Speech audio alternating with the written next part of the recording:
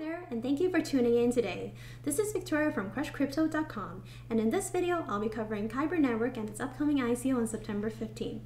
Kyber is one of the most anticipated ICOs of the year. Their Slack channel has over 33,000 users and actually set a record for being the largest public Slack in the world. As of this morning, they had over 40,000 people on their whitelist. Vitalik, the founder and chief scientist of Ethereum, has been an official advisor for only 2 ICOs, and this is one of them. A quick disclaimer before I start, we do not receive payments for any of our reviews. This is just our personal opinion and analysis and not investment advice. Kyber Network is a new decentralized exchange that allows for instant trading and conversion of cryptocurrency. It has 4 key properties. It's trustless as all transactions are done via smart contracts and no funds are held on the exchange. It's instantaneous as there is no waiting time for confirmations and no deposits will be required. This means that users can get their tokens as soon as the transaction is put on the blockchain. It is highly liquid because they will keep a reserve of various tokens and cryptocurrencies, and users will know the conversion rate before a transaction is processed. The Kyber Network has 4 primary uses. First, users can convert and exchange tokens securely and instantly. Second, users can pay anyone in any token with their own tokens. Kyber helps perform the conversion and forwards the payments. Third, users can hedge against price fluctuations by engaging in derivatives like forwards and options. And lastly, users can make cross-chain payments. For example, they can receive payments in Bitcoin and other cryptocurrencies in Ether. Let me show you now how Kyber Network is structured and what the key roles are. First, you have Kyber Network and users like you and I who can do the 4 things that I mentioned in my previous slide. In order for us to do that, Kyber needs to maintain a reserve that contains different tokens and cryptocurrencies.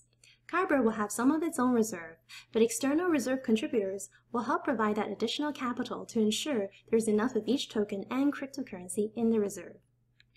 The reserve managers help maintain the reserve and they determine the exchange rates for the different transactions. Initially, Kyber will be the sole reserve manager, but over time, anyone can become a manager, help provide liquidity, and earn income from that role. And their profit is shared with the reserve contributors.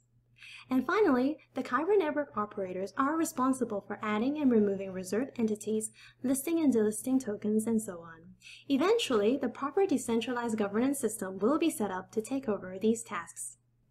About a month ago, Kyber released an early version of their Kyber Wallet platform. Let me show you a demo of how you would exchange tokens on their platform. You can also try the demo out yourself online through their website. So this is what the interface looks like right now. This is your Ether address, and you can see you currently have a balance of 3 Ether. You don't have any Golem tokens at the moment, and let's say you want to exchange some Ether to Golem. You simply click on the exchange button to start the process. A screen pops up and you can enter the amount of Ether you want to exchange. When we put in 1 Ether, the corresponding amount of Golem shows up automatically. You then click Next, enter a password, and submit the transaction. The transaction is done, and you can see you've now got around 820 Golem tokens. And you can see your Ether balance went from 3 to just under 2. It's slightly under 2 to account for the cost of gas used in that transaction. Let me show you another demo of the Kyber Wallet, where you can send tokens from one wallet to another wallet. Let's say you've got a balance of around 0.67 Golem, and you have an Ether balance of just under 2. Suppose you want to send some Golem to another wallet and accept it in Ether. You simply click on the Send button to start the process. A screen will pop up asking you to select the recipient address. Once you've selected the right Ether address, you click on Next. You can choose to send and receive in various tokens. For this transaction, we are going to send 0.6 Golem and receive an Ether. Again, the conversion will be done for you automatically. After that, you click on Next. You'll be asked to enter a password, and then you can submit the transaction. You can see that your Golem balance has now dropped to 0.07, and your second Ether address now has a small Ether balance. Overall, I found the Kyber Wallet to be pretty easy to use. The interface is quite clean and it's pretty user-friendly. Here's a screenshot of the dashboard for the reserve managers. The manager can see the various tokens in the reserve portfolio and various information such as the token, wallet address, current and target quantities. They can also see all the rates a token has with all the other asset types. These blue bars here are basically a visual representation of the current quantity of that token versus the target quantity. If it's not at 100%, the manager can easily rebalance it as the dashboard is integrated with Kyber Wallet. Let me quickly go over their development roadmap. Last month, they released their MVP on testnet, which includes the user web wallet and the reserve dashboard that I just showed you in my demos. MVP stands for minimum viable product and basically means a product now has enough features to satisfy early adopters. Next year, they will launch the first mainnet and allow for features like trading arbitrary token pairs. And in 2019, they will be able to support cross-chain payments. Their plan is initially to support the popular tokens like Omesa Go, Golem, and a few others. When cross-chain protocols become more established, they plan to tokenize other cryptocurrencies like Bitcoin and Zcash. Kyber Network will be launching their ICO on September 15th and will issue tokens under the ticker KNC. They are planning to raise 200,000 Ether from their token sale. Around half of that amount has already been raised from a private round.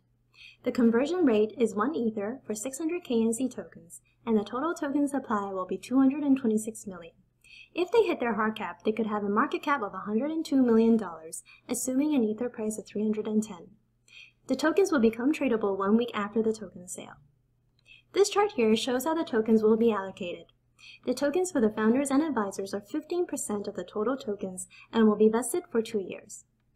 And this chart shows how the proceeds will be used. As you can see, 15% of the proceeds from the token sale, or 100,000 Ether, is for the reserve. They need this large initial capital to guarantee liquidity of the platform before the participation of third-party reserves.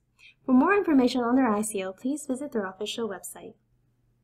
There are 2 primary uses for the KNC tokens. First, the tokens are used as a platform currency. Before operating, the reserve managers will need to pre-purchase these tokens and then use them to pay for the platform fees. The tokens are also used to reward various parties or partners who will be helping them drive traffic and generate volumes on the platform. Basically, it's an incentive for them to help scale the platform. The demand for KNC tokens should gradually increase over time. This is because the collected tokens from the fees will be burned. This means that as adoption of the platform increases, the demand for the token should also increase. And the token value could appreciate even if the project itself does not appreciate in value, because the number of tokens in circulation will decrease over time. The more volume and profit the network generates, the more valuable the KNC tokens will become. So who are the people behind Kyber Network? The team is currently comprised of 7 members. The 3 co-founders previously worked together at SmartPool, an open-source project for the decentralization of mining pools in existing cryptocurrency. Kyber Network is also backed by a very strong group of advisors, including Vitalik, the founder and chief scientist of Ethereum. He was also their advisor back at SmartPool. Kyber and 0x are both high-profile ICOs that tackle similar problems, and we've been getting dozens of requests to compare the two.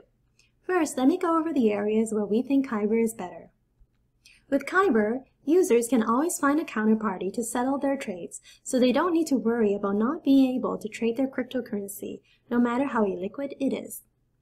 Once users enter into a trade, they can receive their tokens instantly.